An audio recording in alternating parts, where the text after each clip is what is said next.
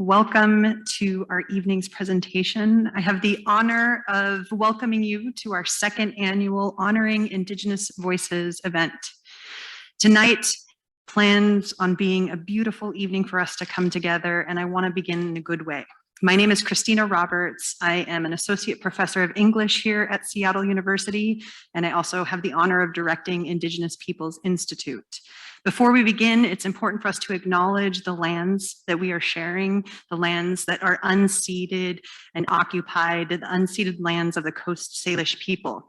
As we do a land acknowledgement, it is to move beyond a performative gesture towards acknowledging these stolen lands. And it's intended to invite us into a deeper place of reflection, to think about the types of relationships and the work we are going to be doing moving forward into our collective future.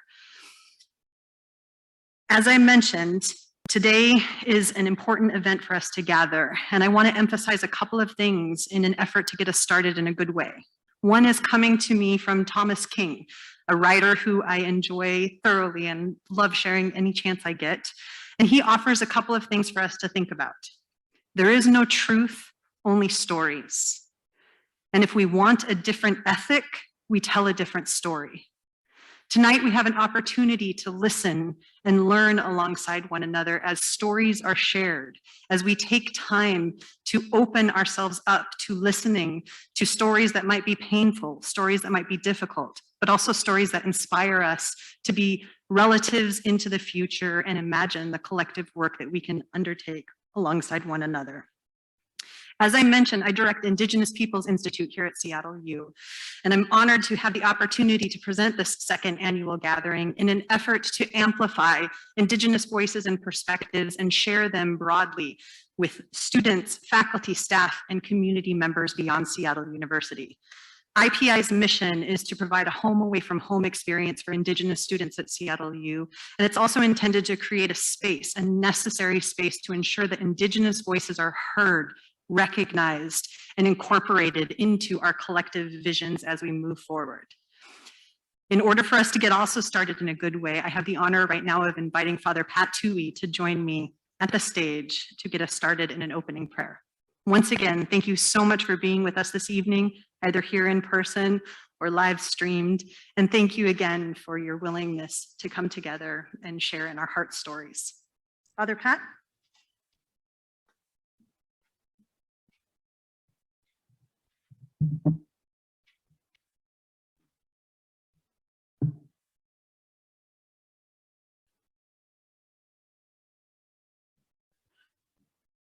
Hasta CIA, the huge Tisa Chela, Hurchor, Stewart.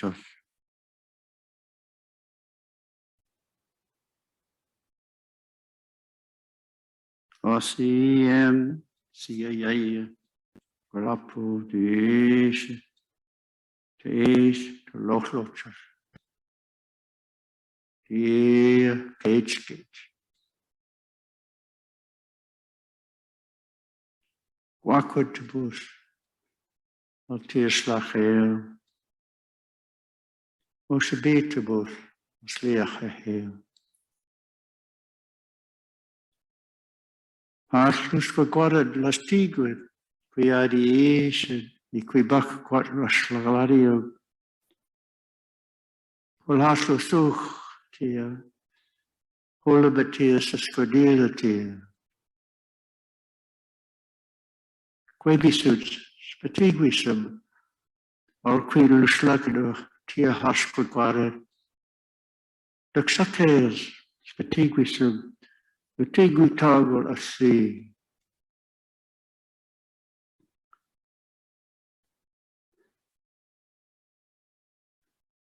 Glom assista. Dear friends, I'm so glad we could be here together tonight, all around. Thank you for all who have come. Make a prayer tonight. For mercy, for pity, for strength, to be helped by the Most Holy. It is wonderful to share good words here with our relatives, all of our dear ones. These good words that we share lift us, lift our spirits, our inmost being. They lift us up with strength. This is wonderful. And we pray that it will always be this way when we meet.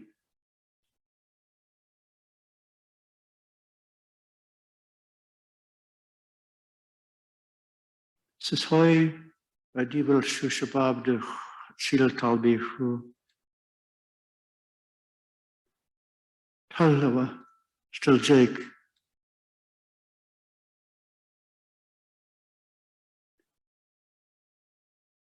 Shushabab de Sil Talbihu. We are also in need of mercy for one another, compassion and love. We are also in need. And so we pray tonight for this gift of great compassion for all of us here and for all who are listening in. Si Am and Si Ai.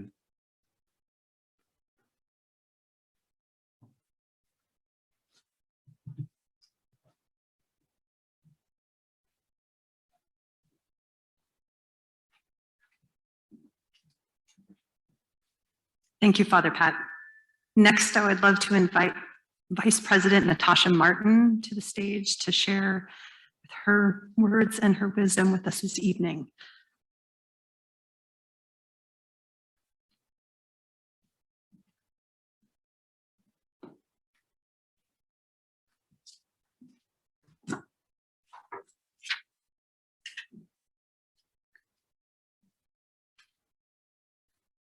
I am truly honored to be with you this evening. For those of you physically with us this evening and those of you who are with us virtually, I am honored to be with you for honoring Indigenous voices, interweaving the work of storytelling and its relationship to inner growth. And thank all of those who had a hand in bringing part 2 of honoring Indigenous voices to fruition. Student leaders, staff, and faculty leaders, including Dr. Christina Roberts, the director of the Indigenous Peoples Institute, and whose imprint through this work makes a significant contribution to our university. Thank you to all of those who will be so generously sharing your stories this evening. I bring greetings also from the Office of the President, who sends his deep regret for not being able to be here this evening. As the university's Vice President for Diversity and Inclusion, who believes that our greatest potential lies in our ability to build a university where all who live, learn, and work here can thrive, not just survive. This evening's program is extremely significant. A necessary ingredient to being able to thrive in academic spaces, alongside community members, and particularly ones with a mission of inclusive academic excellence of educating the whole person as Seattle University, it is the ability to tell your stories on your own terms, and not for the enviable gaze of others, but for yourselves, to allow us all to remember who we are. Amplifying voices and storytelling is indispensable to healing, to growth, to resistance, to resilience, and justice. At such a complicated time in our nation's history, it is important that the voices on this evening's subject, the atrocities that occurred at the boarding schools across Canada and the United States be amplified. As a Black woman and the descendant of enslaved peoples, I bring my whole self to this evening's event, knowing that I stand on the shoulders of all of those Indigenous people and enslaved African people who suffered at the hands of colonization. You have my deep regard this evening. I am here as a guest, and I join in this space with gratitude as a listener and as a learner, offering my support and solidarity to each of you. We are all products of a complicated history of these native lands. We are colonization's offspring, and its manifestations are encoded into our minds, our bodies, and spirits in significant ways. All while we work to open our hearts and move forward amid our individual pain, our collective trauma, and the entrenched systemic issues that we face. As a university, we have an obligation to seek truth, to deepen understanding, to grow knowledge. That is what education is all about. As a university, we chart a pathway to reconciliation by facilitating learning, research, and creative works, and community collaboration, all based on truth. And importantly, as a Jesuit Catholic university, we have a special obligation to honestly grapple with these truths. Jesuits are not immune to their role in the boarding school atrocities, as we now know. Just as Georgetown University has set about to understand and reconcile its history in the slavery of people of African descent and as slave owners through what they title Georgetown Reflects on Slavery, Memory, and Reconciliation, which includes the Georgetown Slavery Archive and other endeavors. Georgetown University describes itself as, and I quote, engaged in a long-term and ongoing process to more deeply understand and respond to the university's role in the injustice of slavery and the legacies of enslavement and segregation in our nation, end quote. Similarly, the harmful legacies of the Indian boarding schools and the participation of the Jesuits must fully be brought to light. To acknowledge these harmful legacies in relation to Indigenous peoples, to acknowledge the imperfections and complicity of the Catholic Church, the doctrine of discovery and boarding and residential schools, and to do so with extended hands and open hearts. An invitation to do the work of repair and restoration of relationships together. Because we cannot change or reconcile, for that matter, that which we don't understand, regard, or see. So tonight is about being both seen and heard. The boarding of First Nation and Native children at schools was intended not only to suppress their native language, culture, and sacred spirituality, but its impact had far-reaching implications, generational impacts that cannot be understated. A 2019 article in The Atlantic titled, I quote, "Death by Civilization," end quote, by Mary Annette Pember begins this way as I close. And the quote is this: "My mother died while surviving civilization. Although she outlived a traumatic childhood, immersed in its teachings, she carried the pain of those lessons for her entire life," end quote. It is this intergenerational trauma that we must continue to unearth, recognize, and reckon with. We tell these stories this evening to save ourselves and to disrupt the cycle of what Pember titled Death by Civilization. I honor you and I thank you for allowing me to be among you this evening.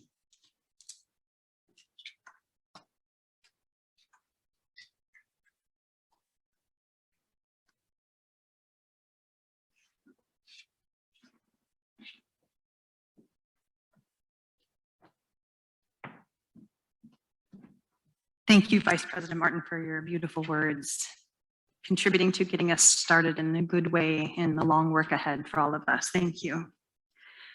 I now have the honor to introduce our first speaker. Yatel is her true name, passed to her from her granny, Cecile. Her name, roughly translated, means woman who gives of herself. Anna Hansen is her American name. She is the oldest of 6 children. Her mother is Grace August, member of the Shishalt Nation in British Columbia, Canada, and Bernardino Rinonos from the Ilocano people, indigenous to Bagnaton La Union of the Philippine Islands. Yatel Anna's life work has been helping individuals, families, communities, and agencies understand the profound impact of historical trauma and ongoing colonization on a nation's health and wellness. She has worked throughout the United States, Canada, and in Australia and North Ireland. Her work is centered on extending an invitation to help create trauma-wise homes, communities, and workplaces while growing cultural humility, empathy, compassion, and caring of self, community, nation, and Mother Earth. It is her belief that it will take all of us working and healing together to create a safe world for the children of today and tomorrow. Yatel has 17 grandchildren and lives with her husband on Bainbridge Island. She has an MA in psychology from Seattle University and a post-MA specialization training for certification in existential analysis and logotherapy.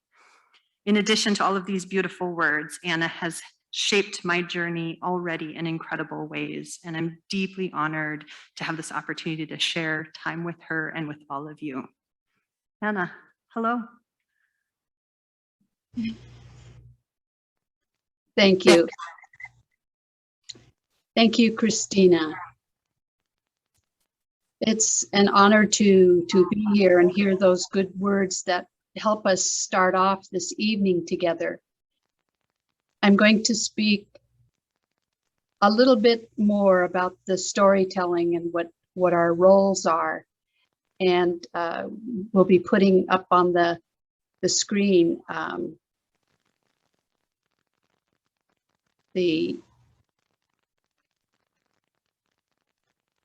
is it on?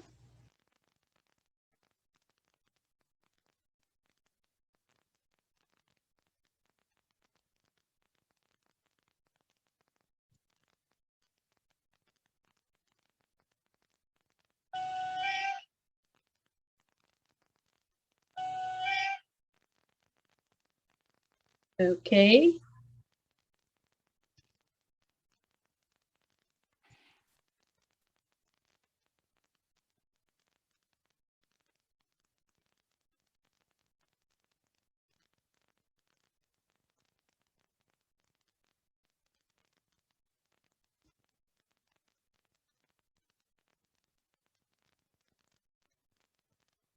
Sorry.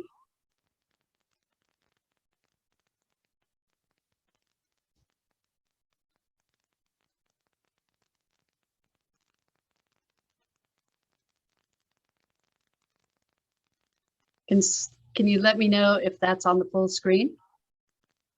Can you hear me, Anna? I can. Yes, we can see it now. So we see you in a little box and we see your PowerPoint presentation. Can you put it into presentation mode? The bottom right button. Thank you, Misty. You're welcome. Okay, you're good to go. Yes, it's a very different way to gather. to be on a screen in front of you, but I'm very honored to come in this way, and hopefully these words will add to the words that have already been shared. I'll talk a little bit about the relationship between the storyteller, the story, and the listener, that those are all interrelated, and it's important in this time of truth telling that we're in, that we understand these stories that are being shared tonight, and that there is a role for both the storyteller and the listener. So I'm going to add a little bit to what our vice president said there in terms of the listener's role as part of a community member is certainly to do the listening, but I'm going to add a little piece to it and take privilege as an elder to invite you to think and feel and hear throughout these three stories, that I'm going to ask these questions. What did you see? What did you hear? And how did that make you feel? How did you feel? Because at the end, we will do a group discussion that what is necessary is for the listeners to listen to their hearts in the dialogue. Too often we're told to figure stuff out in our head, or have the storyteller be the one that gives meaning to a story, whereas it actually is a pretty dynamic experience. And so I want to thank you for just being here and listening. I'm going to start off with this image of the Americas. And this is an image of pre-contact area before the settlers came. And you can see in the Americas that there were human beings throughout the land, living and taking care of the land. Each of those groups have had different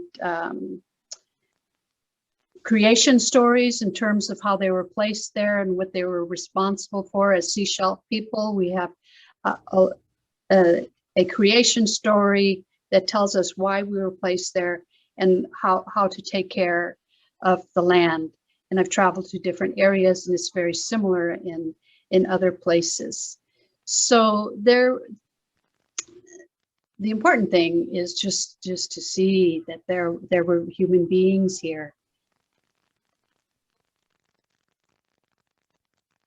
And for my people, the sea shelf people, I want to show this image of my relatives 4,000 years ago. This is a digital making of the human beings that were found in a midden that was behind one of our chief's homes. And he was having his sewer put in, and they found, the ones who were digging found these beads that came spilling out of the area they were digging in. And so they stopped right away and decided that this was most possibly a burial ground of some sort. And what they uncovered was definitely a burial ground of a family and possibly a big house, and which was a cultural spiritual gathering place. And you see the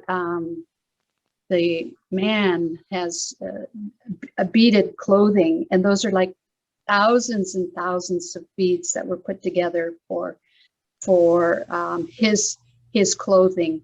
So we have stories that go back thousands of years, and this was so cool to then also see the faces from 4,000 years ago that went with the stories that so many of our storytellers carry. So at the time of contact with Europeans, the Sechelt people, there was quite a few of us, and we're known as peaceful people. And there were some 80 scattered villages in different sites in the Sechelt territory. It's estimated that there was about, the lowest one was 5,000 people, but in looking at all the sites and looking at all the families, they're thinking that it's over 25,000 people that were there by the time of the, and by the time of the first census in 1881, the Sechelt population had plunged to 167 people.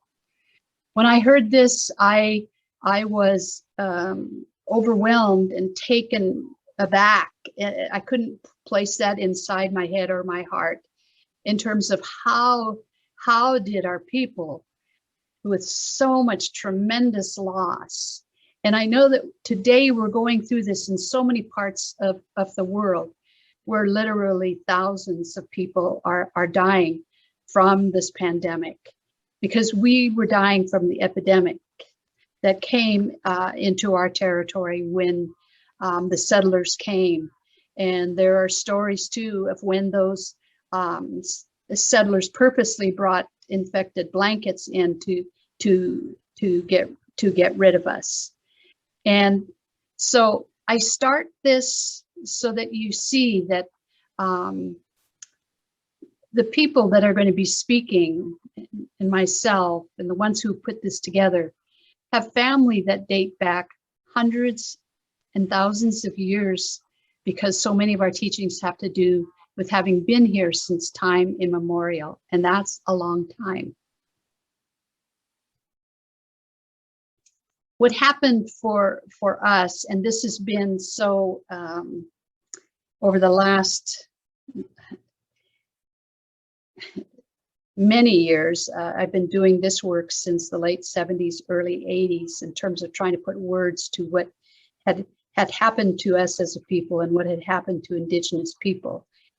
And what we're talking about in terms of what Christina was talking about, and the Vice President was talking about, in terms of just the horrific experience of colonization, genocide, and epidemics. How I framed this when I first started talking about this was that it was like tsunamis, a tsunami hitting our villages.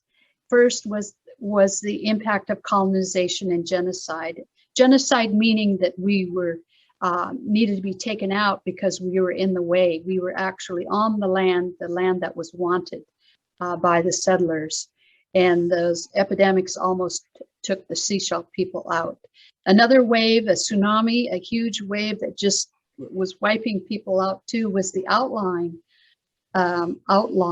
of culture, religion, and language. We have stories of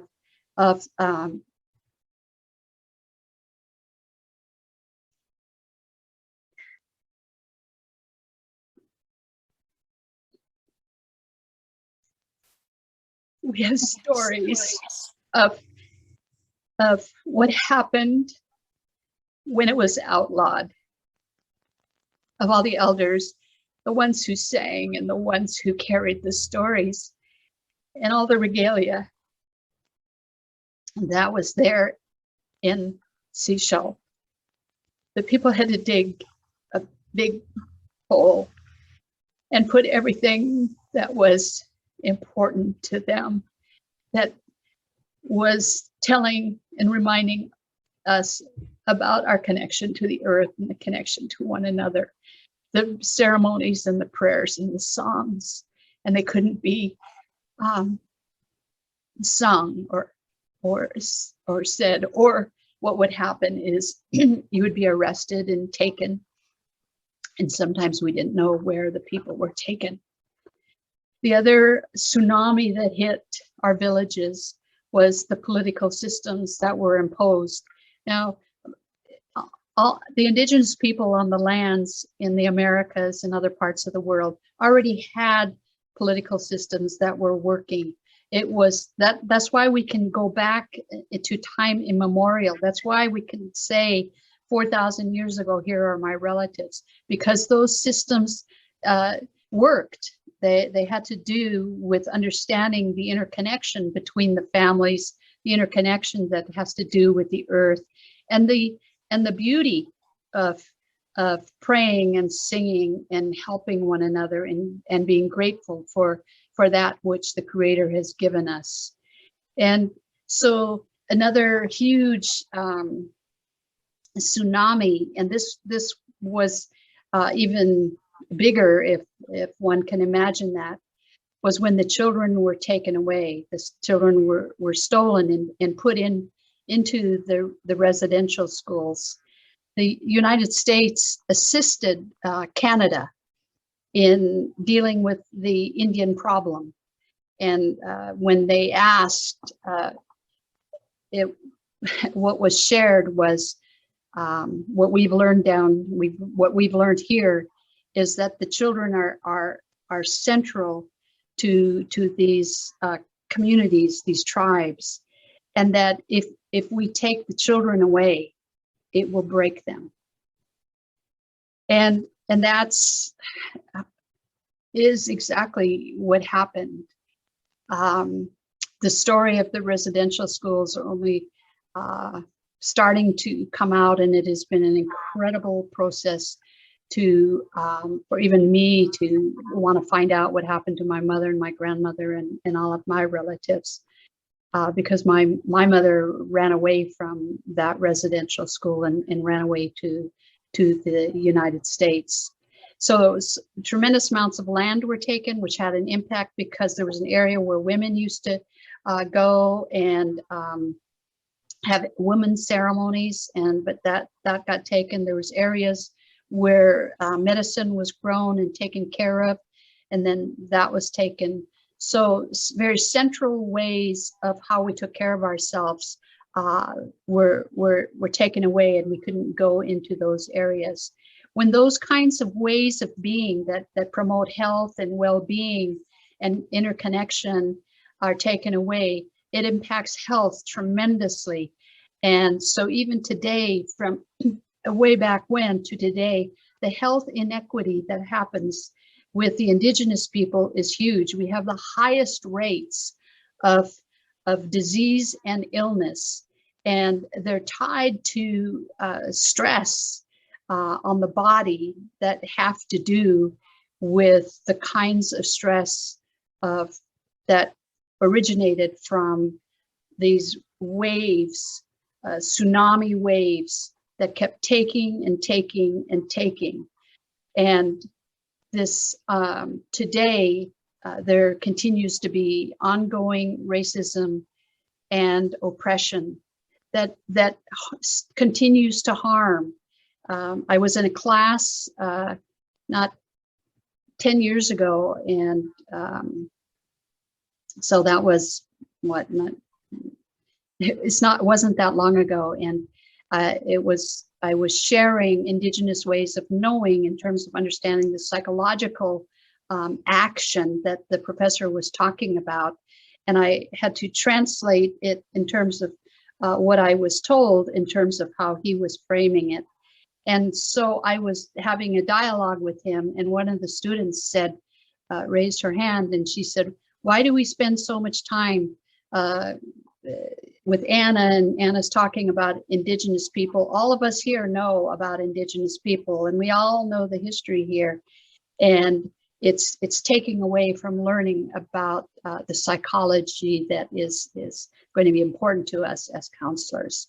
That had a tremendous impact on me because I'd been with this group for about almost a year, and a connection had been built. And then I was relegated to a place of invisibility by those few words. And I was pushed to a place of non-existence, or an existence only in the past, and that everybody knew me, which is impossible, which made me invisible. So there are all of these little ways that begin to make one invisible when it is not true. We're here. we are alive. I have children, I have grandchildren, but the harm that comes from that has such a brutal impact. And that's what we're wanting to heal from today by putting names to what has occurred, and also into allowing a grieving process that's so necessary, because these are intangible losses and they're losses that continue. And grief is a normal response to loss. And even today, getting ready for this time to share with you, I was thinking in terms of remembrance, that I'm telling this story on behalf of my mother and my grandmother and my grandfather, my aunties who were not able to tell their stories. But I listened enough to have a few of those stories and use my time here as Yatahowit to share with you the beauty of a people that is literally not seen. And it hurts my heart. And because I'm now an elder, and I worry about my grandchildren and my great-grandchildren, that they need to see and hear the beauty of where they come from and who they are, because as human beings, we're quite necessary to this world. This boarding school was the residential school's form of erasure, where my auntie was telling me of at the school there that she went to up in Seychelles, that they were testing how long children could last without food or water. And there are a lot of children that got sick, and there were children who died. And also medications that were used, and children were lost, died also from those tests. My mother had great trouble signing a piece of paper for me to get a polio shot back in the 50s, and any of the other shots, because she was afraid that the school was going to try to erase me and take me away. The schools had so many, I worked with residential school survivors and boarding school survivors, and here in the US, in Canada, in Australia, and have heard the stories of torture and horror that no child should ever have experienced.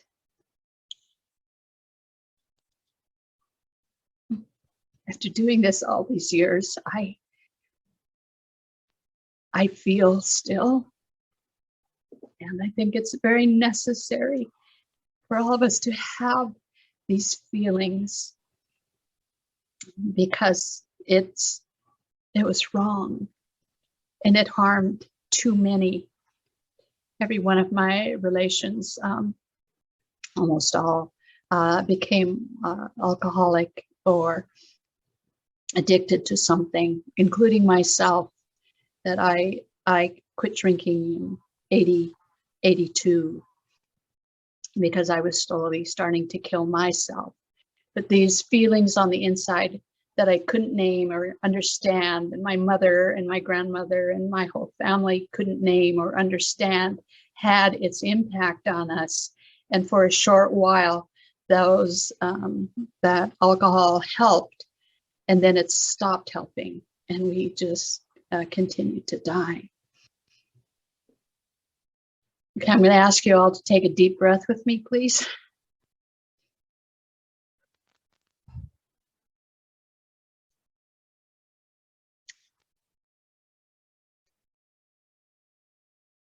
I'm glad that I can say these words and have these tears on behalf of my mother and all my relations who weren't able to.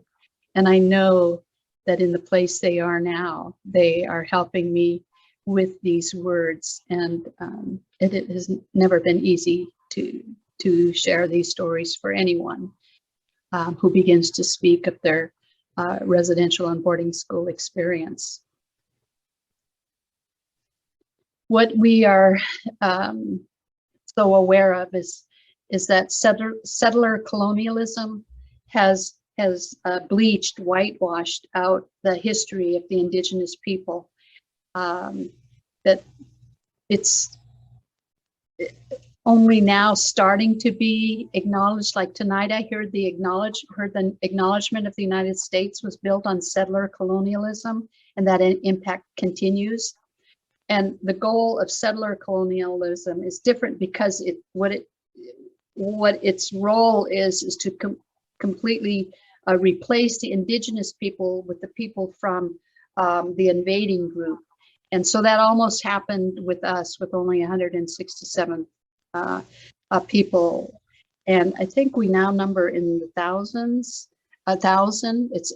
It's more, and we're thank heavens here. Settler colonialism created an identity for a colonizer, and at the same time created an identity for the colonized. That identity for us as Indigenous people was the backwardness, the primitive, being not very smart, being like an animal. And we did not think of animals as bad. I'm part of a wolf clan, and there's great beauty and many teachings and stories from the wolf people. Okay, so I want to just say that the settler colonialism is still deeply in our present day and informs how we understand the past. That's why this time of colonial of anti-colonial effort to raise up Indigenous voices to tell the truth is so valuable. And for all of you listeners out there who are taking the time to listen with your hearts, I raise my hands to you and I thank you for that. This time that we're in is naming and healing from the genocide that occurred. These are images I want you to see. My family members from the left is my mother, who's the one who ran away from boarding school, and then going from her left is my father, who was from the Philippines, and he was colonized. The Philippines was colonized by the Spanish, the Japanese, and the United States. So colonization is rich on very much both sides of my family. The picture below my father is my Auntie Pat.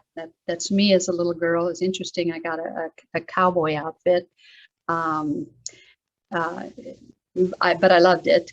And my Auntie Pat went to the school.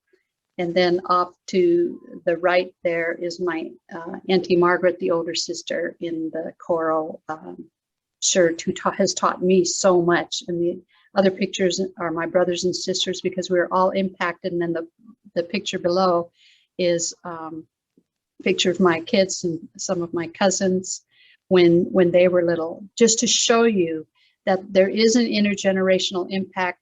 And there's many of us in the family, in all of our families, trying to heal and connect and bring those teachings back that help us stay connected as a people. I know I'm running out of time, so I'll go through this quickly. At home in Sechelt right now, there's a project called the Siaya Project.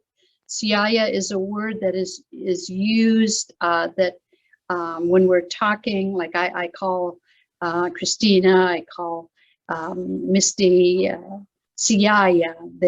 They're my relatives, and they hold a place in my heart like a relative, and meaning that it cannot be removed.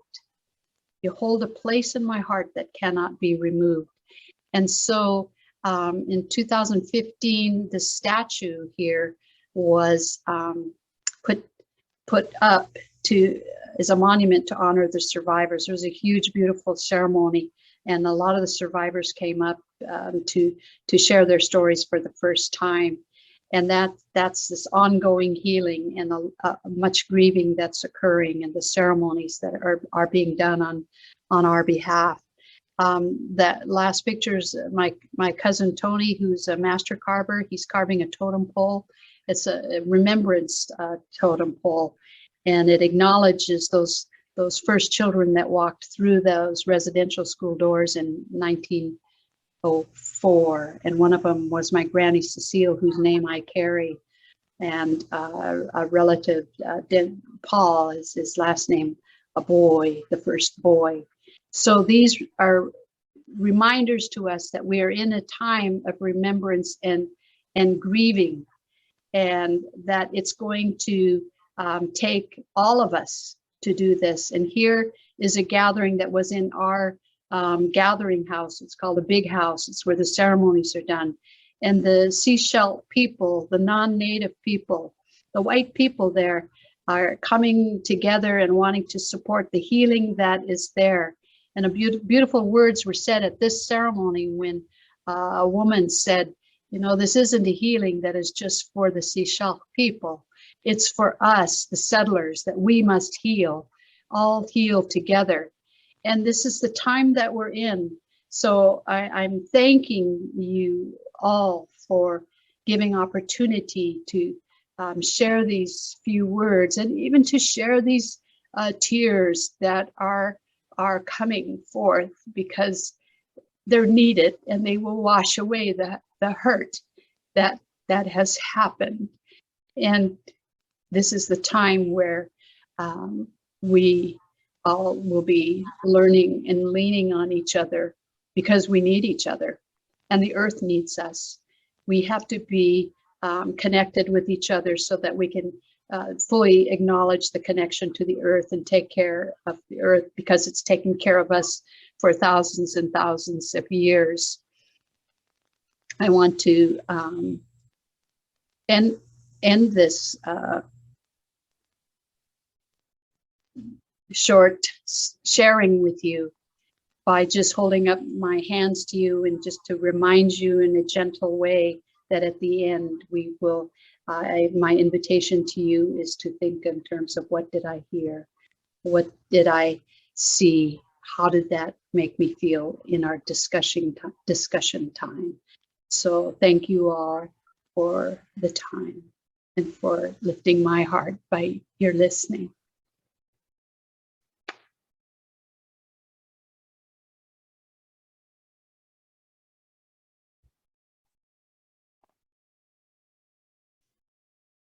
Okay, I'm just needing to take a moment here, because I am going to introduce a beautiful human being, our next speaker, Brooke Pinkham. And I was thinking of how to introduce a beautiful human being, and what I know is that she has two beautiful children that she loves very much, and I was able to see them virtually. She has a husband whom she loves very much, and who loves her and who supports her in the work that she does in terms of understanding Indian law. And this is a huge, huge knowing that she has in terms of law, because there's billions of books about the laws, and we need ones who can do this and to help us. It is an absolute honor to introduce you to, again, a beautiful human being, Brooke Pinkham, Nimipu woman who's raised on the Confederated Tribes of Yakima. So, Brooke, thank you. Thank you, Anna, for that beautiful introduction. I also just wanted to extend my gratitude to Misty and, of course, Christina for creating this space and allowing us to share our stories. And I have to say, it's interesting. Anna and I didn't necessarily talk about the details of our what we're going to say tonight, but I think what I'm going to share follows pretty nicely with what she shared. And even though we are of separate generations, I think that we have very similar experiences as Indigenous people. So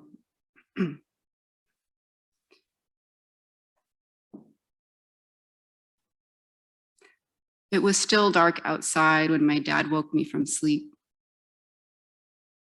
I had been sleeping on the floor of the bedroom I shared with my 3 siblings. I'm pretty sure I had my own bed at that time, but I had just grown accustomed to sleeping on the floor from the years prior. At the time, we lived in a pretty modest-sized home that was built by my great-grandmother Elsie and my great-grandfather Alex, I think in the 1950s or the 1960s. It was probably at 5 or 6 in the morning. I think it was in the spring or in the fall. My dad had promised my brother to join him on a cross-country trip from our home on the Yakima Res to Portland, Oregon. Maybe that wasn't so cross-country, but I like to think back like that. My brother, unfortunately, he couldn't be awakened that early in the morning, so I was the backup traveler. I think my dad knew for whatever reason I was down for the trip, no matter how little I had slept that night. We were traveling on his motorcycle after all, so it made it that much more enticing. I'd only been on the back of Dad's motorcycle a few times and on very short rides, but this was cross country. Dad said we had to hurry because he had already spent so much time trying to wake my brother. And I think he was on a deadline. I think he was traveling for work. I can't remember all the details. My dad was and still is a civil engineer at the time for the Bureau of Indian Affairs through the Yakima Agency. He now works directly for the tribe. But it was early. I was half asleep, wrapped in layers of clothing and a pretty badass motorcycle helmet. It was cold on our journey at first, but holding on to my dad kept me warm. The freedom that I felt on the back of that motorcycle and the wind, it was such a fond memory. It's a fond memory I hold on to because I like to think of it as one that added to my eventual independence. I like to hold on to it because it reminds me that even though we had hard times, we also had fun memories. I have so many fond childhood memories with my siblings and my cousins and my grandparents, my aunties and my uncles. I was a whole person with my family. I was born into a strong family heritage. From my dad's side, we descend from Chief Joseph, leader of the Wallowa band of the Nimipu, the Nez Perce. On my mom's side, from German immigrants who made their way likely through the Depression. I don't believe my ancestral legacy to be unique, but I like to believe in this narrative as a starting point to regaining my personal healing. Because between that starting point and now, my legacy is also entwined with harsh memories, with loss and trauma and addiction and suffering. But still memories nonetheless that have contributed to who I am. And like Anna, it's taken me a long time to name these feelings and emotions. College was a pivotal moment. My transition from home, from my community, from my rooted connection with a physical space, and plucked and transplanted into an entirely different ecosystem. I mean, literally from the desert to the rainforest. I was ill-prepared. I left home a high-achieving student, academically speaking. I went through my first bout of depression in college, not realizing it was depression at the time. That affected everything. My relationships, my experiences, my grades. I was no doubt in culture shock. Was not adequately prepared on expectations. Rather, their system was not made for me. College was not adequately prepared for me, for someone like me.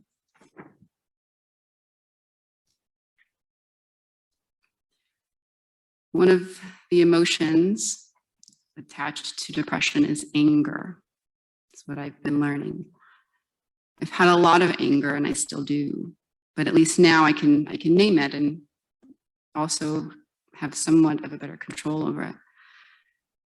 At first, I was angry at my parents. Why were you teenage parents? And then at my high school teachers and counselors. Why didn't you guys teach my culture and my people's history? We lived on the Yakima Res, for crying out loud. And then my college teachers and counselors. How did you create and foster an academic community that doesn't know about Native people? But now I'm angry, mostly, at the historical circumstances that have led me to this moment, to that moment rather. I'm angry at the unnecessary trauma and the fact that those before me have had to fight so hard to simply maintain their livelihoods. The unnecessary disruption to my family legacy. And not just to mine, of course, as you learned from Anna, but to my entire community. I'm angry that my grandfather had to struggle with addiction, that many of our grandfathers had to struggle with addiction.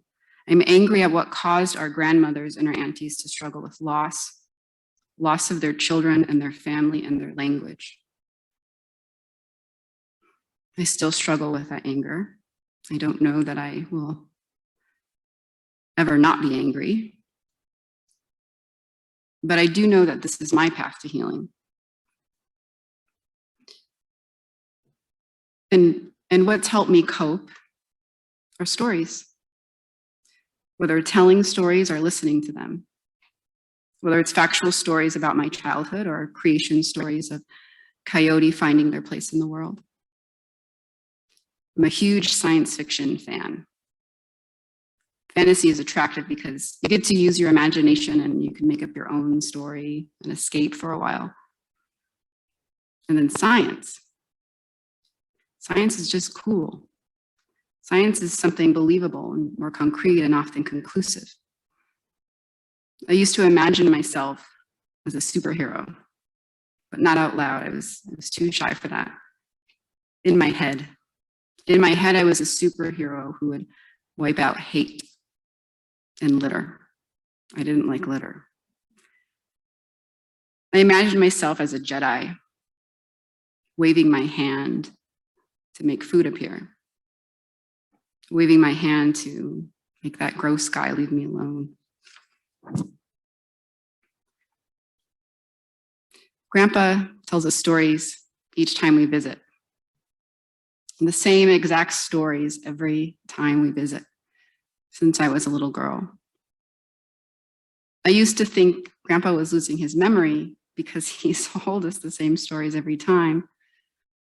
But what I came to realize is that he was actually teaching us to memorize those stories so that we'll pass them down as they were passed to him, so that our legacy lives on. Grandpa tells us, you see these mountains? These are your mountains. You see this river? This river belongs to you. He also tells us stories of when he ran his family's farm at a young age, of his brother who, on his first day of military boot camp, became a platoon leader because he was the only one who already knew the drills from being in boarding school. Being a lawyer feels like the closest thing to being a superhero. I mean, sure, there are other professions that could rise to this level, such as a nurse, but I personally cannot stand the sight of blood. And while I might be the first in my family with a documented law degree, I'm not the first to know or study the law extensively. There's so many before me, I'm sure, in a desperate attempt to preserve the livelihoods of our people, have studied and memorized treaties and contracts, common law and policies.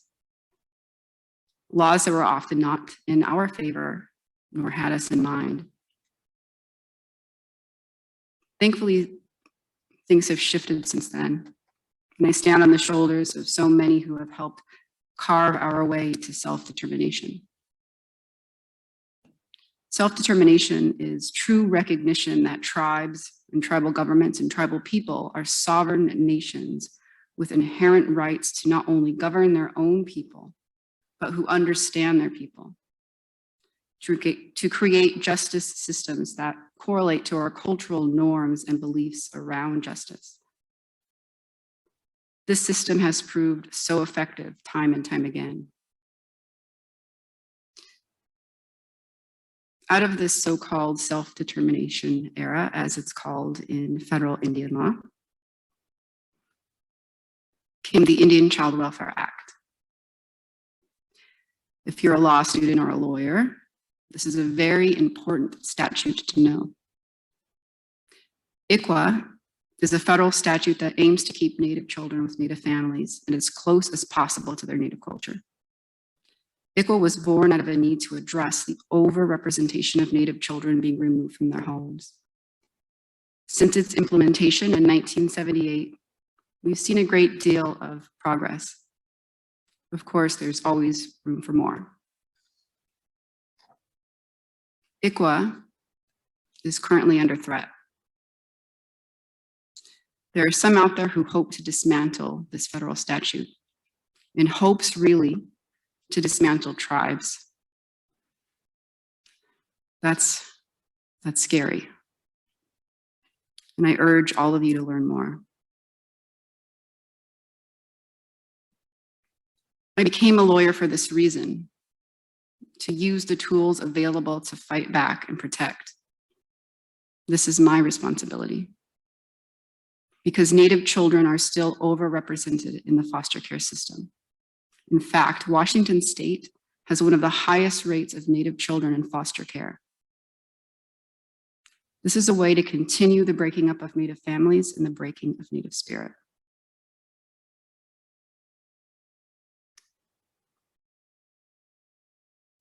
I am going to end, I just realized I'm probably ending earlier than I thought, but I'm going to end by reading a piece that I wrote. I wrote this about 2 years ago, but it just perfectly aligns, I think, with what we're all talking about this evening. But you'll find the text of this piece that I wrote on display at our law school's library. And it sits alongside an original Edward Curtis photograph, as well as a contemporary photograph by Native artist and photographer Will Wilson. This essay's target audience is mainly law students and lawyers, but it really applies to everyone. It applies to you. And here's what it says. Indigenous people have lived, struggled, and thrived since time immemorial.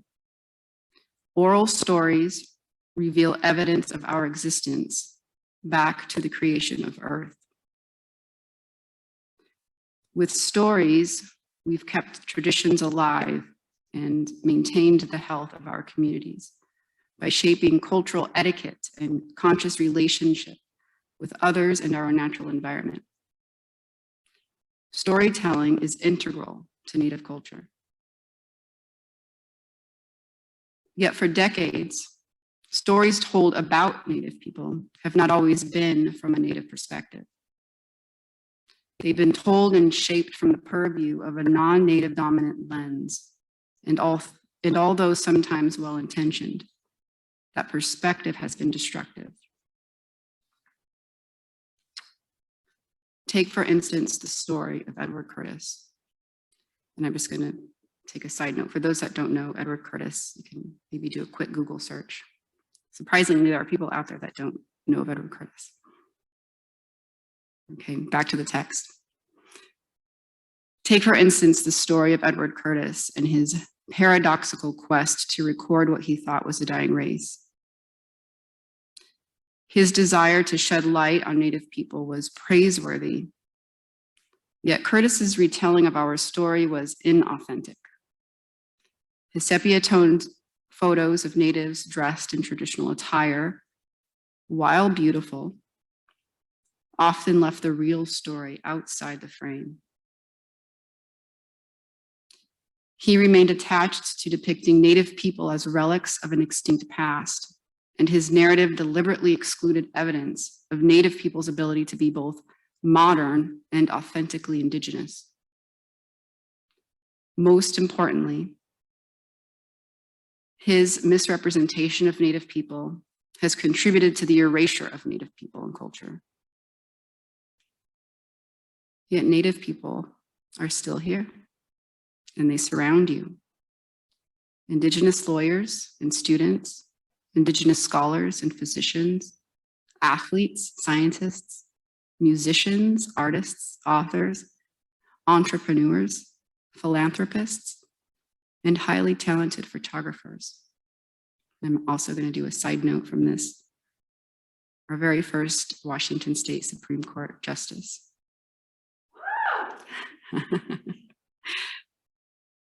And federal bench as well. We are still here. We are building stronger communities despite historical circumstances. And we continue to share our Indigenous values of reverence for elders, sharing of wealth, prioritizing family, and respect and relationship to our natural environment through the stories we tell.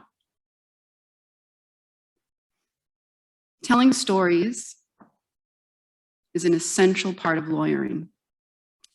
As a law student, you will acquire the essential tools to research and analyze stories, to dig deep for all facts, and learn to support them with strong evidence. As a lawyer, you are ethically obligated to proceed competently when advocating for your client's story.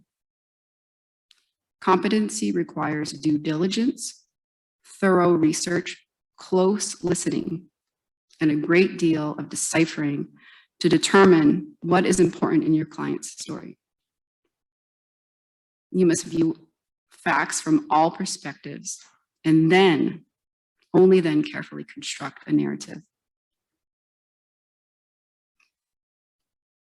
In viewing Curtis's photographs, I urge you to proceed with caution, competence, and due diligence, just as you would when investigating any story.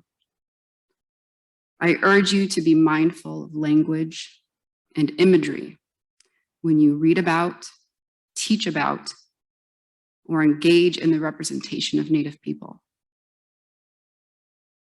Take the work of Edward Curtis as a cautionary lesson about how false narratives and images can ripple out in time, causing unforeseen devastation into the present.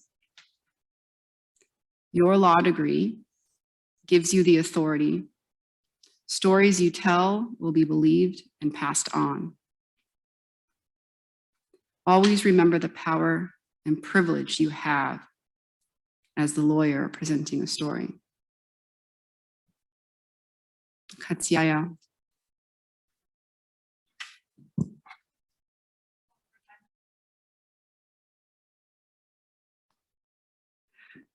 Welcome back, everyone. I now have the honor of introducing our next and last but not least speaker, Mr. Casey Nicholson. Casey is a member of the White Clay Nation of Fort Belknap Indian Reservation in north central Montana. Casey also has bloodlines tied to the Blackfeet Nation, Blood Nation, Crow Nation, Arapaho Nation, Alaska Native Nations, and Cree Nations. Casey is from Fort Belknap Indian Community and just moved from Billings, Montana, over to Puyallup, Washington. Casey has earned his BS in Health and Human Development from Montana State University, Bozeman, and attained his MS in Rehabilitation and Mental Health from Montana State University, Billings. He's worked with several demographic populations and provided an array of services for each community, organization, and people he's worked for. Casey is now currently self-employed as a motivational speaker and MC, presenter, entertainer, and comedian, and acrylic artist and wellness educator. Casey was also recently brought on by the Native Wellness Institute to train and facilitate on topics dealing with historical trauma, working with Native youth and gathering of Native Americans, excuse me. Casey Nicholson has emceed, presented, and entertained for a variety of ages and backgrounds on issues both pertinent to Native and urban communities. He speaks of cultural identity issues, self-esteem issues, self-empowerment, educational endeavors, spiritual awareness, and on and on. He's also known for adding entertainment portions to his speaking engagements in order to interact with various populations, such as utilizing traditional and contemporary music, comedy, or playing the flute. I now present to you Mr. Casey Nicholson. All right. How's it going, everybody? Going good? Right on. Hello, my name. Ohe Panita Nanisa Wasnaka, Casey Nicholson Sihina. Ninana Ani, no one Nisan. I am Casey. That's my white guy name. Casey Nicholson. I had no choice in that name, unfortunately. I came out of the womb and they said, you know, let's just name this guy Casey. And here I am. I got a traditional name that I was named, that was passed on to me. And so I'm really proud and of that name.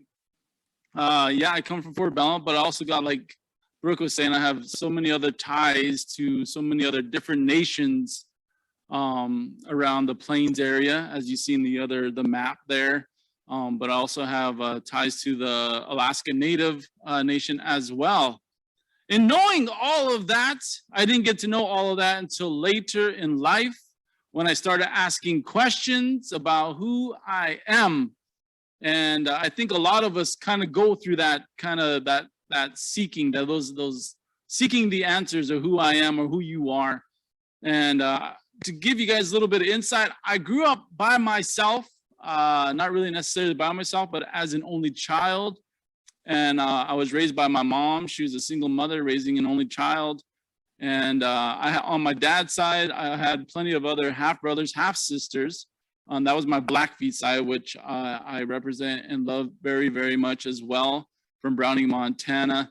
And between the Awnee tribes and the Blackfeet tribes, obviously I become a mutt.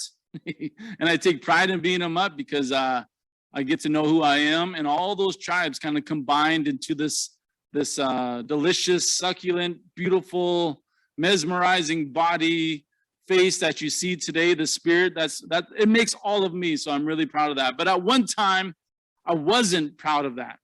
At one time, I questioned who I was. At one time, I didn't know who I was, and it killed me inside, and I didn't know how to ask. I didn't know what questions to ask. And it was really confusing for me as a child. Give a little glimpse. Like I said, I want to get to know you. I want you guys to know who I am so that we're able to connect on some kind of level.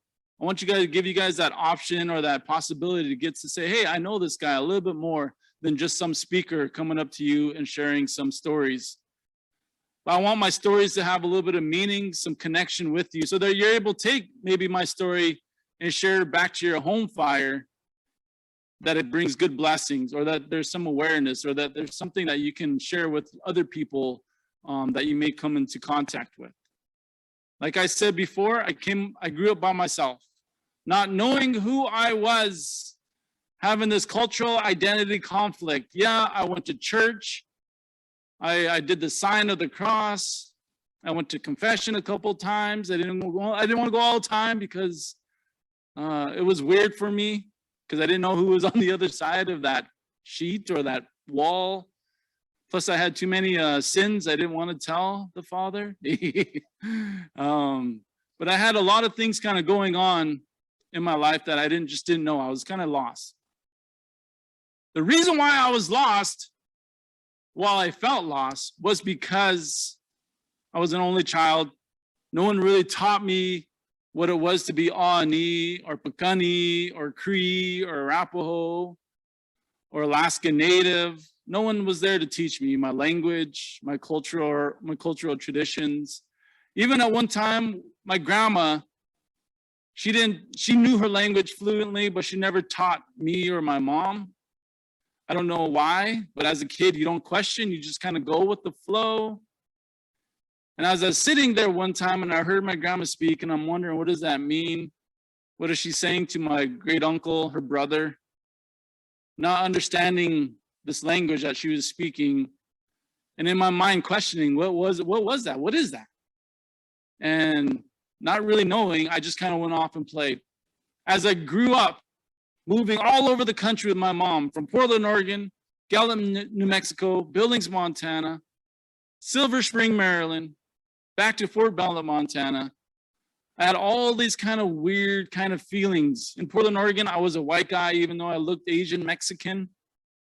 No one really knew that I was a native, and nor did I even really say, I'm native, I'm Aani. But what I often did say was, I'm Grovant.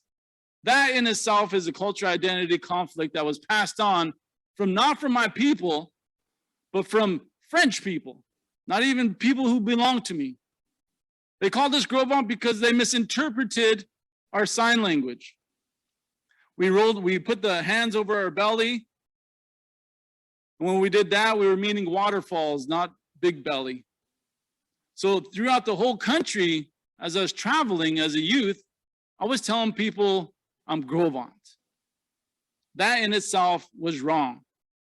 Not wrong in the sense that I'm misidentifying myself, but wrong in the sense that I wasn't taught the difference between who is Aani versus Grovant. Taking pride in Grovant, seeing our people take pride in being Grovant, which is awesome. But a lot of people will say, I'm Grovant, and then pat their belly. Totally misinterpretation. That is not what Grovant means. You're not supposed to take pride, or you could, I guess, if you really, really, really, really love your belly. That's fine. Love yourself. Love all that you are. But as I was moving all over the country, I had a hard time kind of finding self, like I said before. I was a white guy, then I became a kid that acted Black. Then I became a kid that acted as a Navajo because I hung around a bunch of Navajos in Gallup, New Mexico.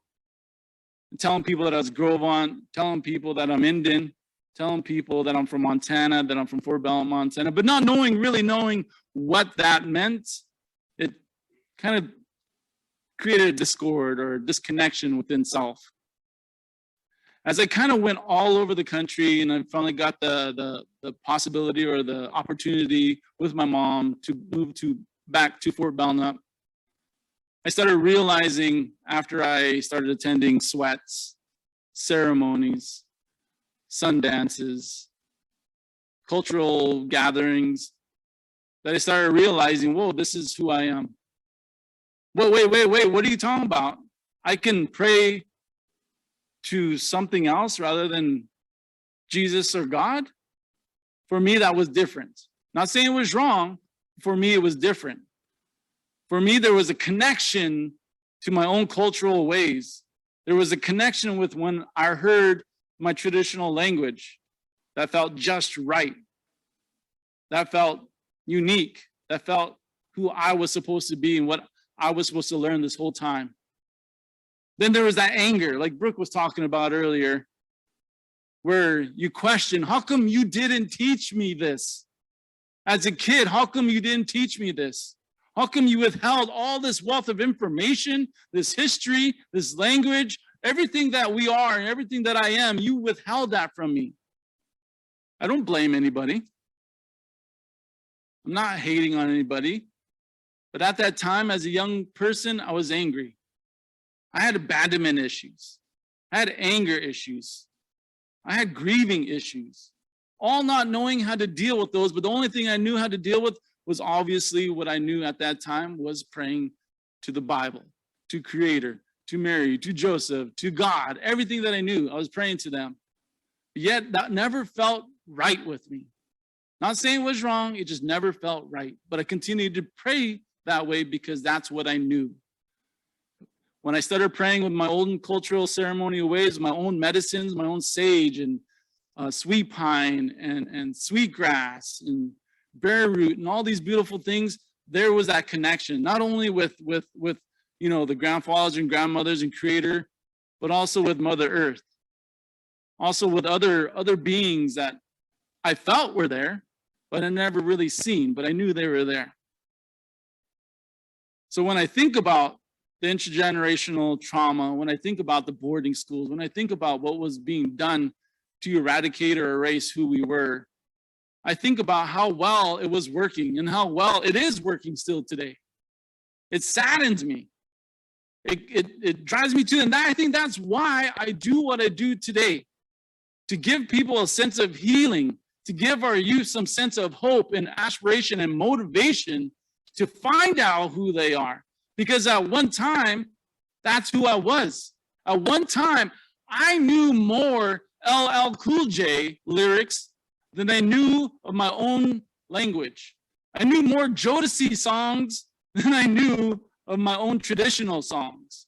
That in itself is obviously working to eradicate or erase my language from who I am, because I fall back on what I know. I don't hate anybody. I'm not angry at anybody now. Now that I understand, now that I have a little bit more knowledge about where I'm going and what I want to be, and that I have resources at the tips of my hands. We have a dictionary now, Awnee Dictionary. We got Pekuni, my Blackfeet side, that have fluent speakers.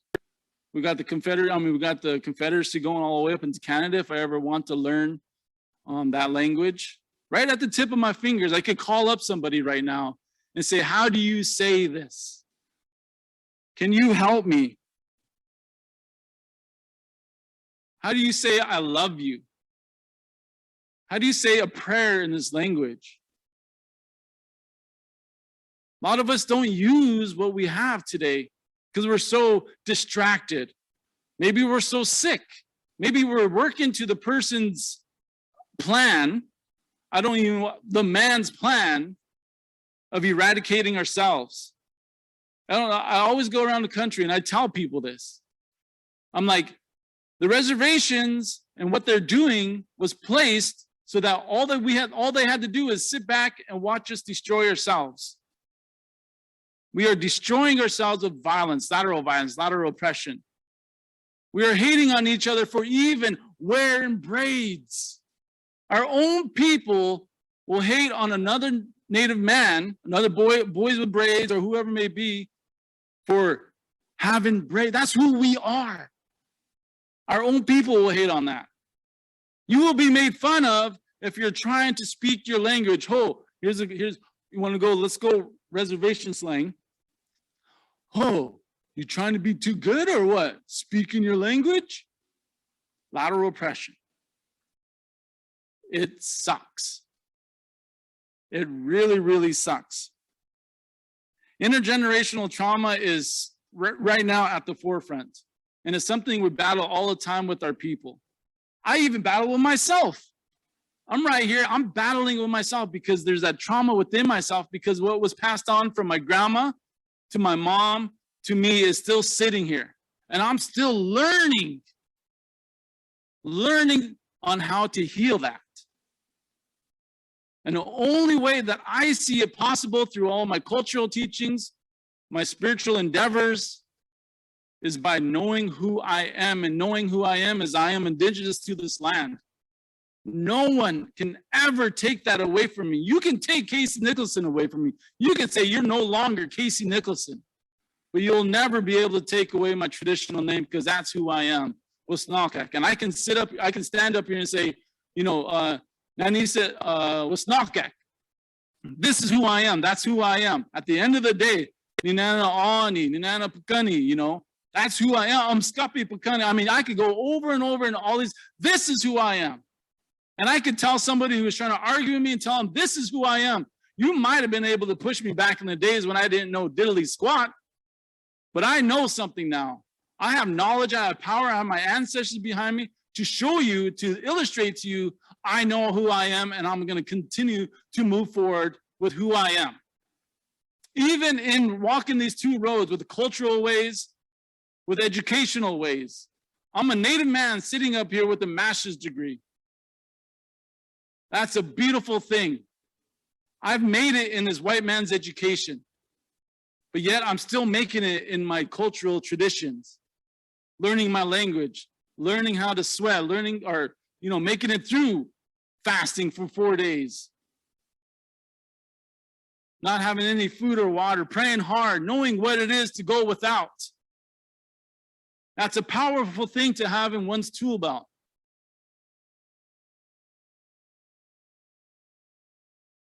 There's like something, like I want to come up here and really kind of tell you guys about stuff, but I figured it'd be better, especially talking about this stuff, to tell you guys something from my heart. Because that's what I've been taught. You speak from your heart.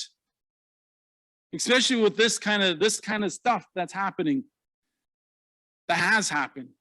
Residential schools, the survivors, the trauma. Some horrible things that have happened.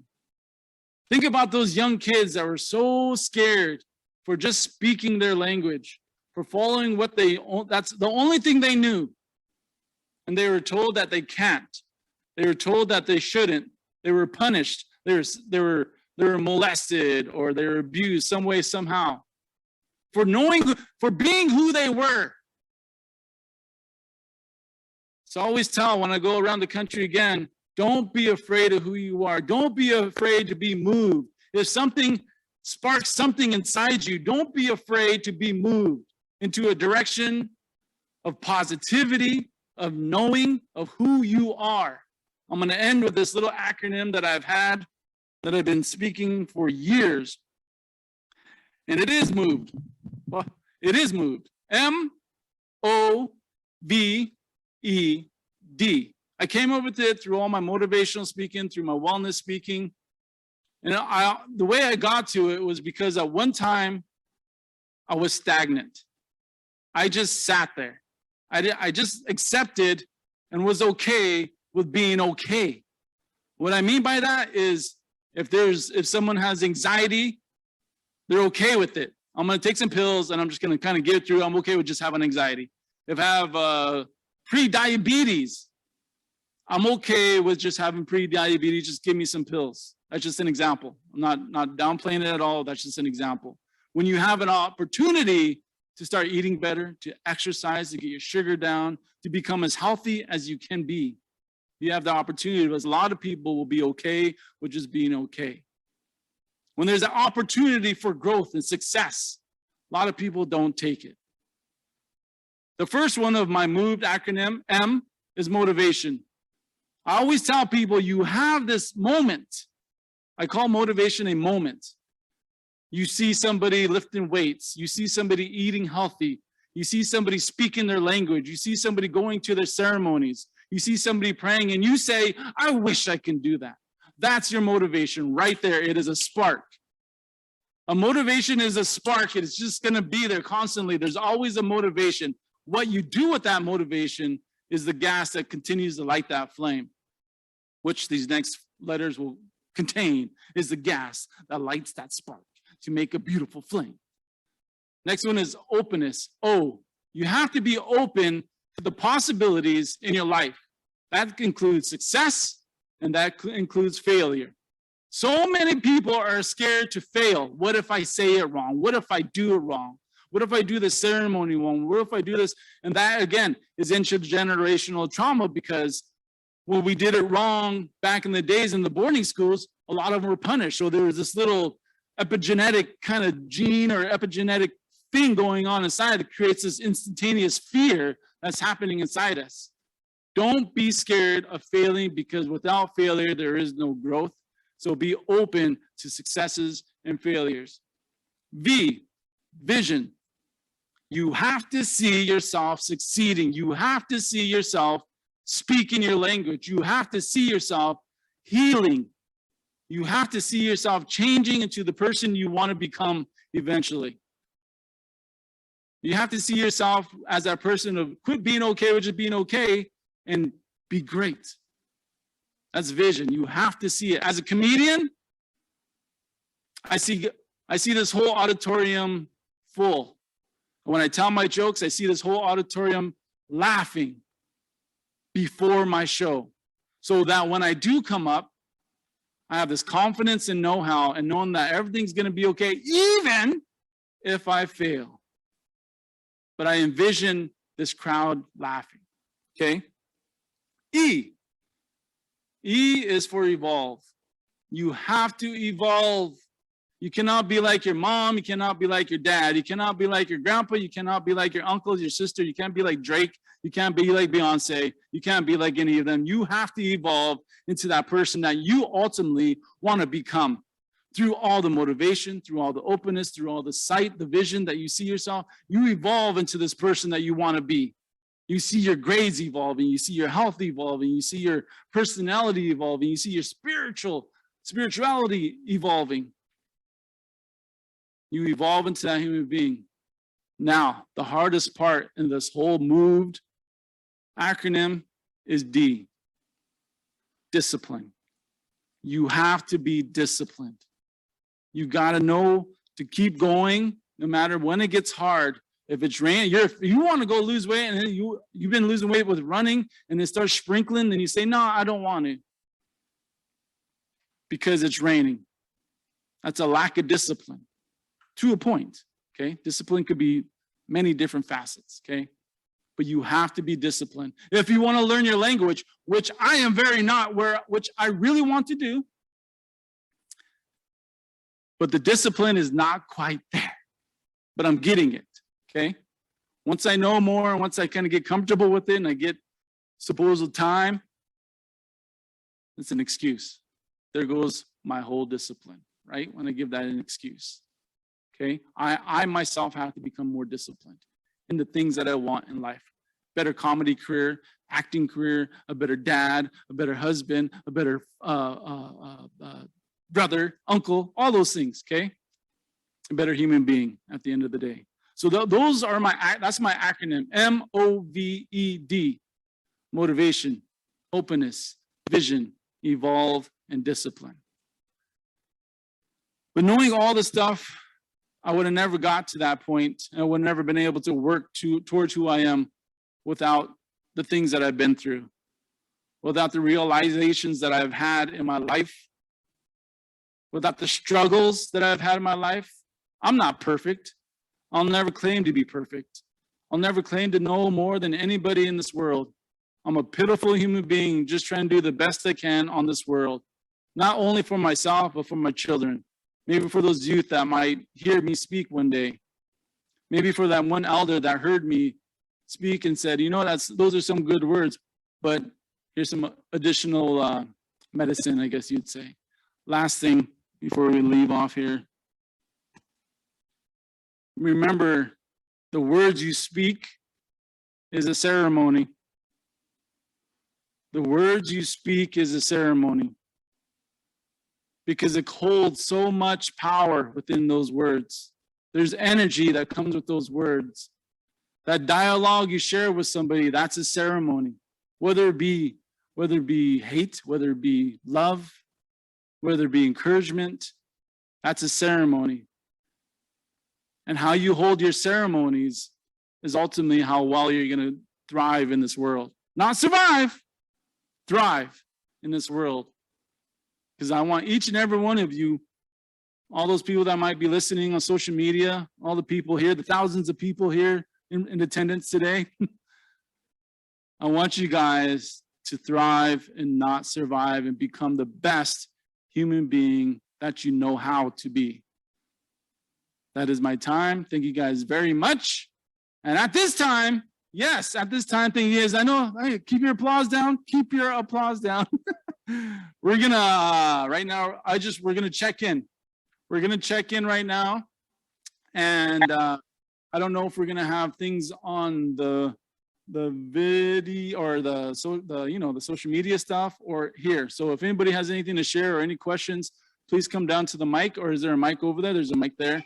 And we just want to hear how you feel. What did you see? What did you hear? You know, how did it make you feel? The things that you heard today.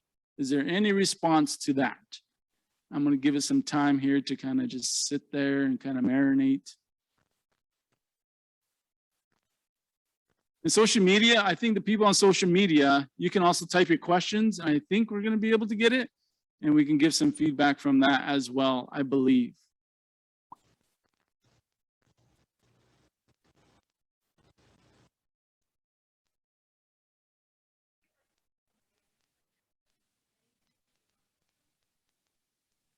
Anything that might have stayed or resonated with you? Or, oh. Hi, it's me again. It's Christina. I know folks on social media can't see me, but I wanted to take an opportunity to once again just express my heartfelt and depth of gratitude to my relatives and the time that we've shared this evening. I want to also just share briefly some of the things that my heart is wanting to share in thinking about what it means to just be present and to be sharing in this work together today. And as we've been talking about surviving genocide, surviving residential schools, thinking about the significance of ICWA, I wanted to take a moment to honor my mother. And she is here on campus with us, and to share with you all some of what I carry with me in the work that I do in this existence. Because what motivates me and what motivated me is because I want to be a good relative to my mom. Somebody who cared for me in my most vulnerable times, somebody who taught me at a very young age that my body was not going to be respected in this society, somebody who taught me what it was to be hyper-vigilant and to be aware of the threats and the dangers, but someone who also taught me how to love and to laugh and to really take time to appreciate those fleeting moments of joy and connection that do exist. The last thing that I wanted to share is to recognize that, as Brooke and others have shared, the anger that I also carry within me. And when I started out on my educational journey, I was very angry at my grandmother. I was angry at her because of her alcoholism. I was angry at her because I didn't know her stories and I didn't know what she endured in her time and in her life. And it took me a long time to listen and to learn and to recognize that people were afraid of my grandmother in many ways.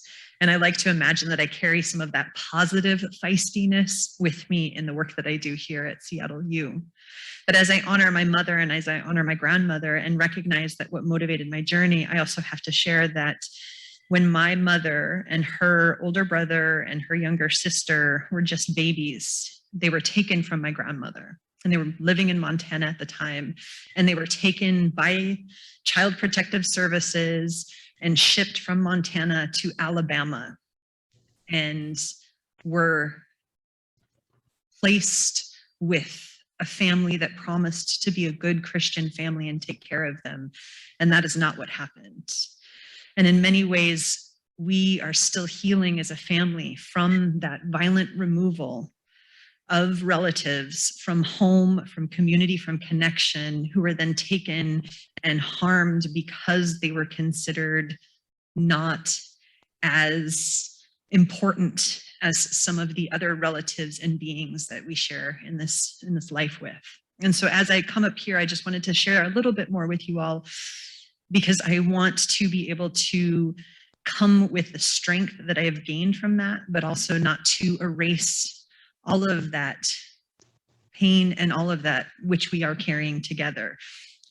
As I say that, my question for you all, if you don't mind, in the time that we have, is for those of us who were intentionally detribalized, for those of us who have been in urban spaces where we have been told repeatedly by various messages that we're not enough, that will never be enough, what might you offer those of us who are wanting to listen and learn and connect?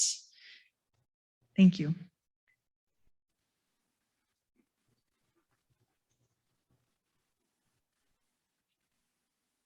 We'll give it to Anna, if you want to answer first on that. Did you hear the question?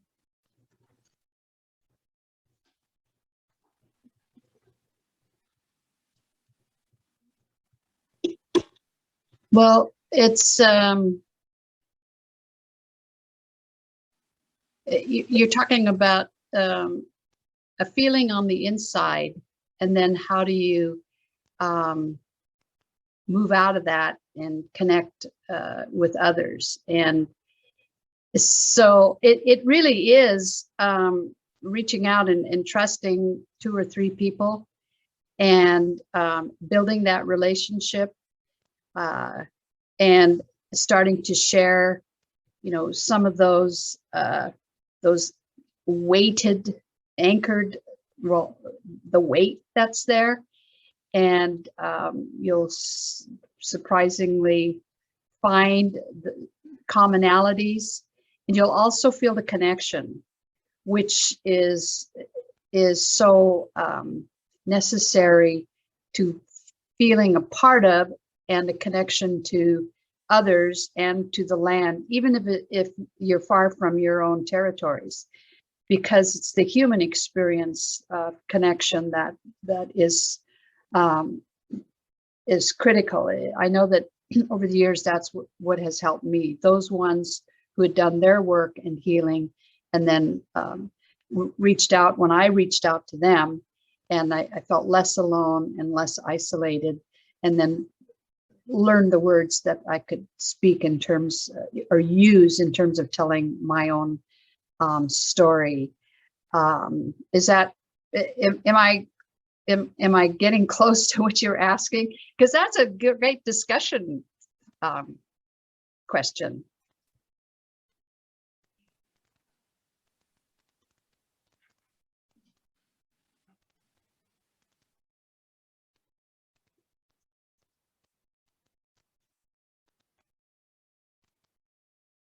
Christina?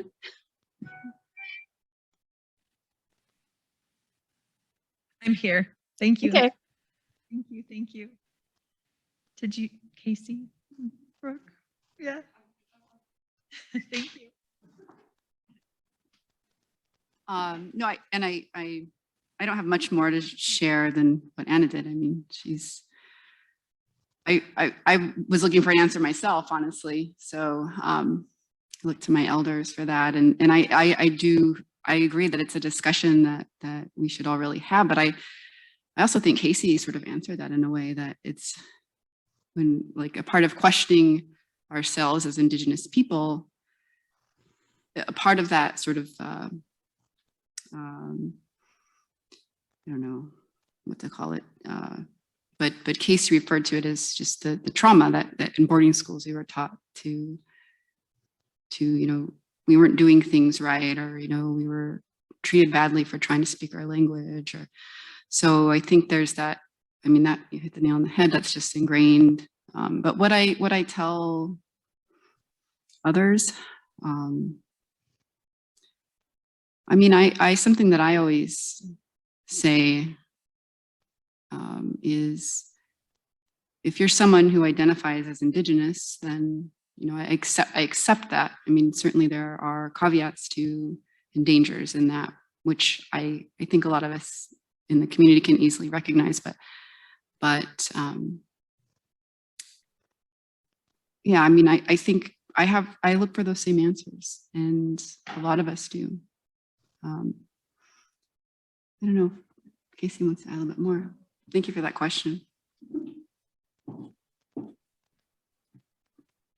Yeah, I mean, honestly, it's a multi-layered question. I mean, it's a simple question, but yeah, I think it's so multi-layered because it really comes down to the individual and where they are and what place they feel to get those certain answers. Like I said, I was looking for all my answers all over the country, and I never found that answer until I put myself in a place where I was vulnerable, where I started getting answers.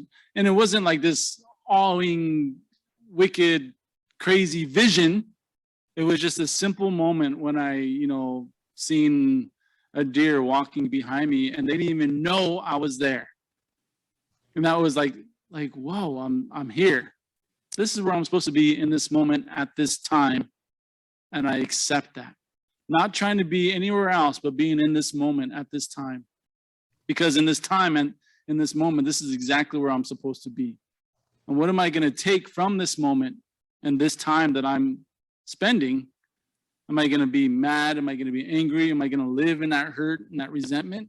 Or am I going to take this time and see the beauty in everything? So there was a little mind shift there. And all I had to do was just take me to sit there and just calm down and relax and breathe and just enjoy what was all around me. And everything that was around me was, I felt connected to, I was a part of. So yeah, I might not speak my language at that time. Yeah, I wasn't like totally immersed into my culture or my traditions. But at that time, that's when I felt most connected. And I think for me, as a Native person, I was always searching for that through my whole life as a youth. I was always looking for that connection. And that connection was always there, but I was always too busy looking around. There's one thing I'll share with you to answer or to kind of end what I'm saying. One of my spiritual leaders or people that I looked up to said, if you walk with your head down too fast while holding too many things, you're going to miss the things that are intended for you. So meaning there's something always intended for you as you walk with your head down and everything. You got to let go of the things you hold on to so much, because that one, you'll never have enough room or enough energy to actually pick that one thing up that's intended for you, because you're holding on to anger, resentment, fear, bitterness, all that stuff. So let go is kind of one of the biggest things that I've been taught and what I learned. I think we're gonna go over to Misty. Misty, you close it up. I wanted to see if there were any comments in chat. Is there any comments in chat that we wanted to share? I can pick those up and share some of the chats. Yes, please. Okay, this is from Mary Jones to everyone. I feel echoes of truth. I feel amazing to hear such validation. Thank you. From Donna, thank you to all the speakers. Thank you, Brother Casey, for sharing your acronym. And from Sonia, thank you all for the gift of sharing your stories and for calling us and allowing us to listen.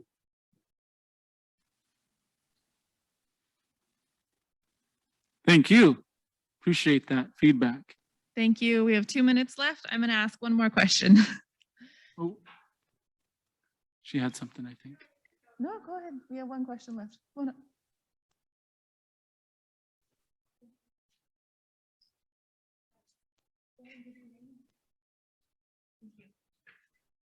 Hi, my name is Micaiah. I'm Comanche. I had to write my question down and what I wanted to say.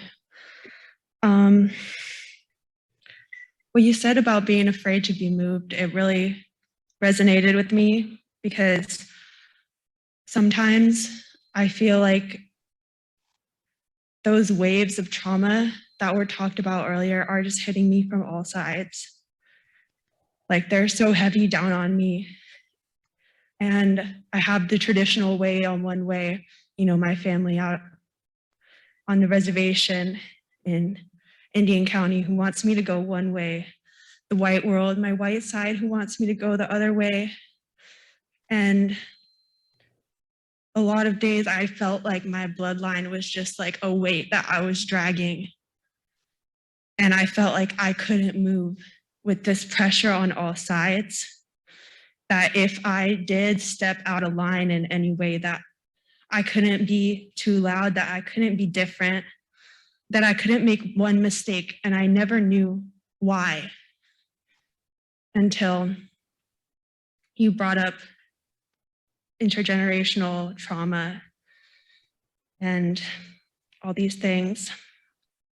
And a lot of times I just feel like I have no guidance.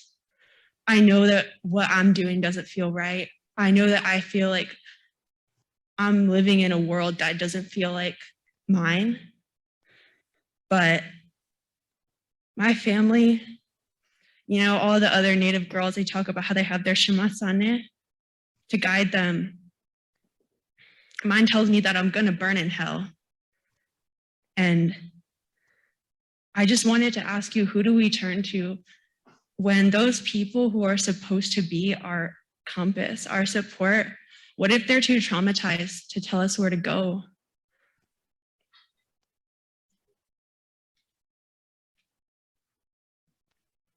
Thank you.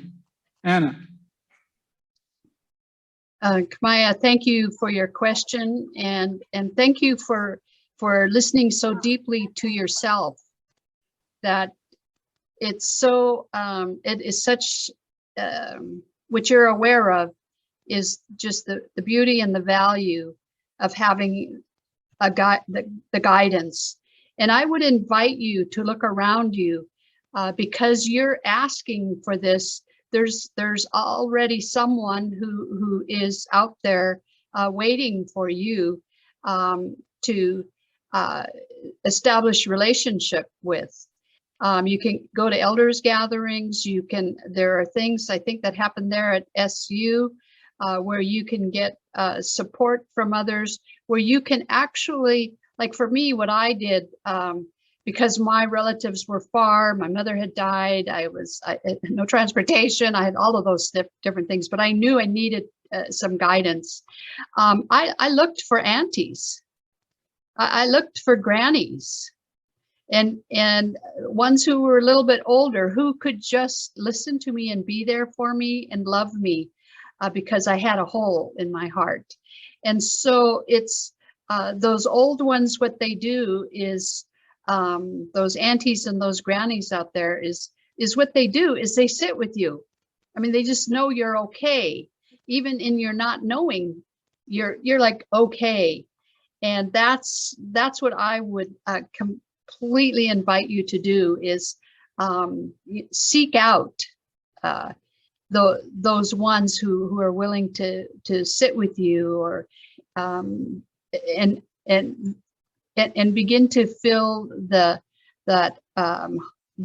little hole in your heart, because there are ones who have big hearts and compassion and care, and that's what you're wishing for and needing. So I just honor that, and people are out there. They just kind of show up, and I'm always surprised when it does. And I went to a gathering out in Michigan, and an elder came up and started talking with me, and it was exactly what I needed to hear. And she gave me so many little teachings. So anyway, they show up is what I'm saying, and I'm thanking you for that question. I encourage you to look for the healthy other to be with you.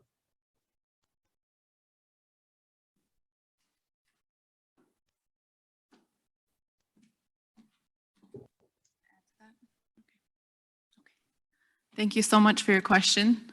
I want to say the big thank you to saying your truth and coming here today. Everything that we've worked for, I feel like you're the reason why. So thank you for that.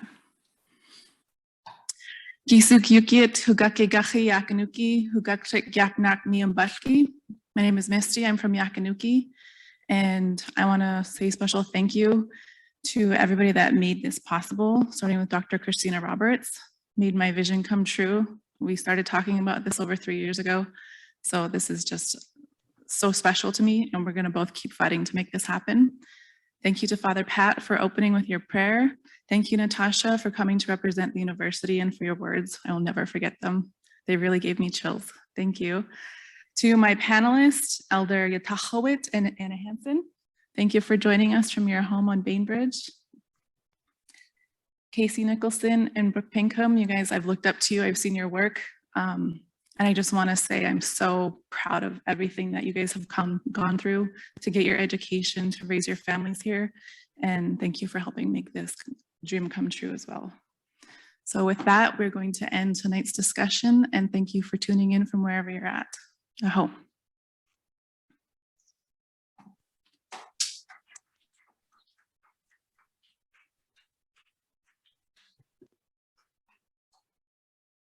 There's a last thank you there. Thank you, everyone, from Nathalie